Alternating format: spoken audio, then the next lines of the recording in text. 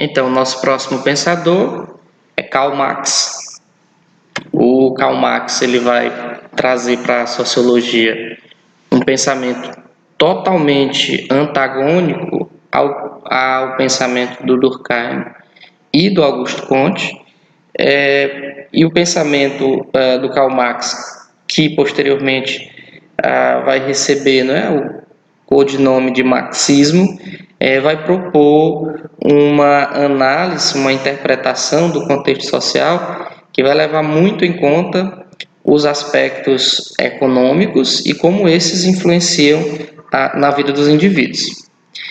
Então, o pensamento do Karl Marx, como nós havíamos mencionado, ele está vinculado às preocupações que vão buscar, de maneira concreta, entender a sociedade e as suas relações. E aqui, os indivíduos, eles têm um papel fundamental, até mesmo porque o Marx ele entende que a relação que cada indivíduo exerce sobre o meio vai ser fundamental para que as construções sociais elas se edifiquem da maneira histórica como, digamos assim, elas são percebidas. O Marx vai trabalhar alguns conceitos, e eu quero chamar a atenção para a questão dos modos de produção, porque ele vai dizer mais à frente que tudo aquilo que a sociedade está conectada ao entendimento daquilo tudo que a sociedade produz. Então, o Karl Marx ele identifica ao longo da história os chamados modos de produção. E aqui a gente destaca o modo de produção primitivo, o asiático, o escravista, o feudal, o capitalista, o socialista e o último, que é o comunista. E esses modos de produção, eles são contínuos. Embora eles representem ciclos diferentes, mas um modo, de certa maneira, vai superando o outro, né? Vai dando lugar ao outro, porque esse modo ele chega no seu limite, né? E aí uma nova possibilidade é necessária. Aqui é interessante nós observarmos que a questão do modo de produção comunista é o último aspecto, né? Aquele que vai ser definitivo, onde os indivíduos eles vão entender que a participação coletiva ela é fundamental. Um outro conceito muito caro para o Karl Marx é o conceito de luta de classes. Para o Karl Marx existem duas classes sociais antagônicas, ou seja, diferentes entre si, e que por serem diferentes também têm interesses diferentes e que estão numa constante disputa. Então a luta de classes é um fenômeno social em que duas classes sociais elas apresentam interesses diferentes e lutam para que esses interesses eles sejam respondidos, atendidos da melhor maneira possível. O próximo conceito que o Karl Marx trabalha é o conceito de materialismo histórico. E esse conceito de materialismo histórico nós vamos dar uma aprofundadazinha nele mais à frente. Mas aqui eu quero chamar a atenção que ele procura verificar o desenvolvimento histórico e social e utiliza como base a realidade concreta, né? Ou seja, os conflitos existentes entre as classes sociais.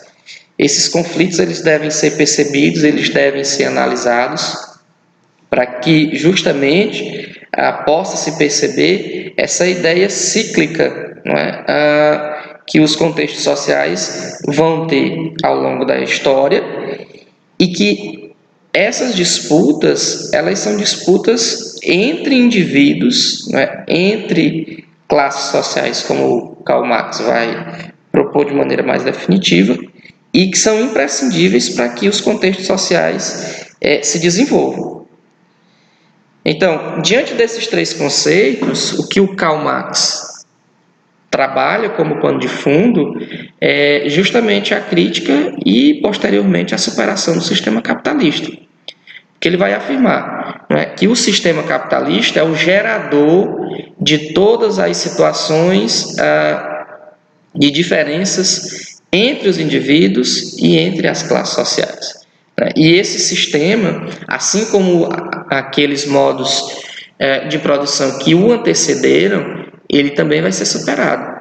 Por quê? Porque ele vai apresentar contradições que vão evidenciar, né, sobretudo, as chamadas desigualdades sociais. Quer dizer, alguns, e esses alguns bem poucos, concentram em suas mãos a grande parte da riqueza, enquanto a maioria tem que dividir ou subdividir aquilo que sobra diante da produção. E o Marx, ele reconhece a importância das revoluções burguesas, mas ele diz que houve, né, posterior a essas revoluções, um certo continuismo que tanto produziu como reproduziu as chamadas desigualdades sociais. Ok?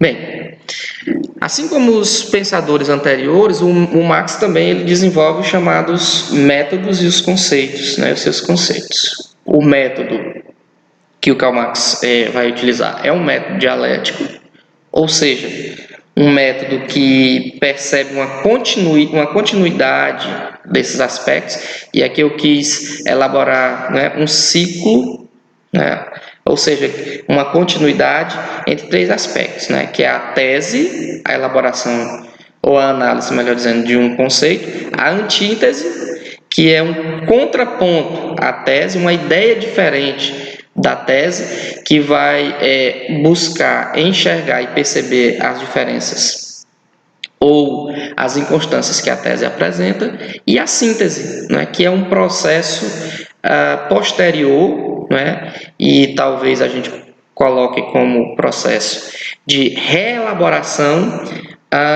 daquilo que foi filtrado pela antítese. Então, o método dialético, que é o método adotado pelo Karl Marx, ele abre caminho para o caminhar da história, né? E esse caminhar, ele está, digamos assim, produzindo reinterpretações, críticas e renovações que são fundamentais para que nós possamos entender as diferenças que ocorrem no seio da sociedade. A dialética proposta pelo Karl Marx, ela leva ao entendimento da possibilidade, da negação da realidade e da história como sendo um movimento. E quando Marx aponta a história como um movimento, ele está afirmando que a história ela não é estática. Pelo contrário, a história ela pode ser transformada, e essa transformação ocorre justamente pela ação humana. São os indivíduos que trabalham, são os indivíduos que transformam os contextos dos quais eles fazem parte. Essa dialética, ela é materialista. Por quê? Porque é justamente na economia, na produção e no trabalho que o ser humano vai construir, né, a sua história, e ela também é histórica, porque ela é fruto da ação humana no decorrer dos séculos, né? No transcorrer do tempo. Então, esses dois aspectos, materialista e histórico, eles estão interligados à elaboração do método, no método dialético.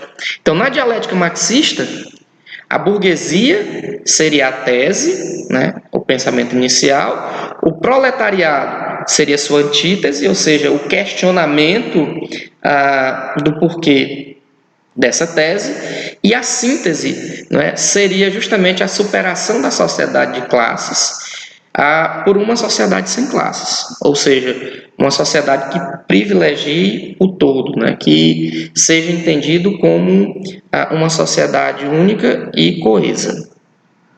Bem, como Marx critica e tenta superar o capitalismo, essa superação se dá justamente porque o capitalismo produz desigualdade social. E aí a teoria do Marx ela vai se alicerçar em dois fundamentos básicos. O primeiro deles é a divisão da sociedade, e essa sociedade está dividida entre proprietários dos meios de produção e os trabalhadores, que ele vai chamar de proletariado, e as ideias que o Marx elabora para a mercadoria. E aqui a gente chama atenção para o valor de uso e para o valor de troca, né? O valor de uso, aquilo que a mercadoria deveria, de certa maneira, valer para a situação ou para a atividade que ela se destina, e o valor de troca, né, que é o valor cobrado por essa mesma mercadoria, que nem sempre é condizente com aquilo que está sendo produzido.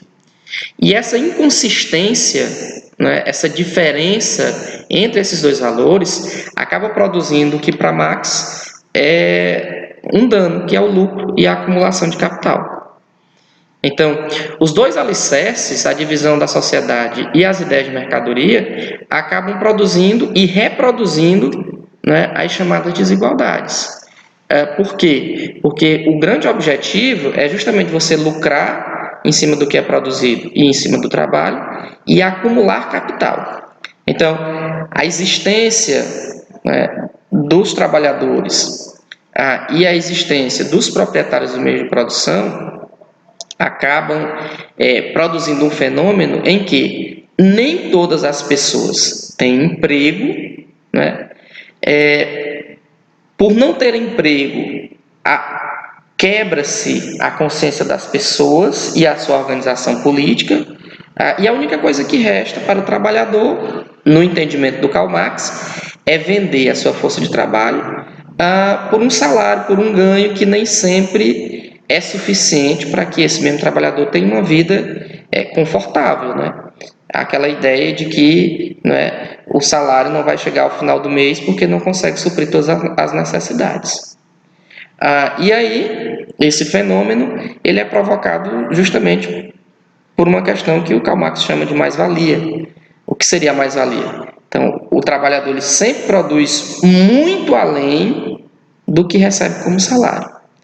E essa diferença é a base do lucro da sociedade capitalista, que desprivilegia, né, uma sociedade mais igualitária.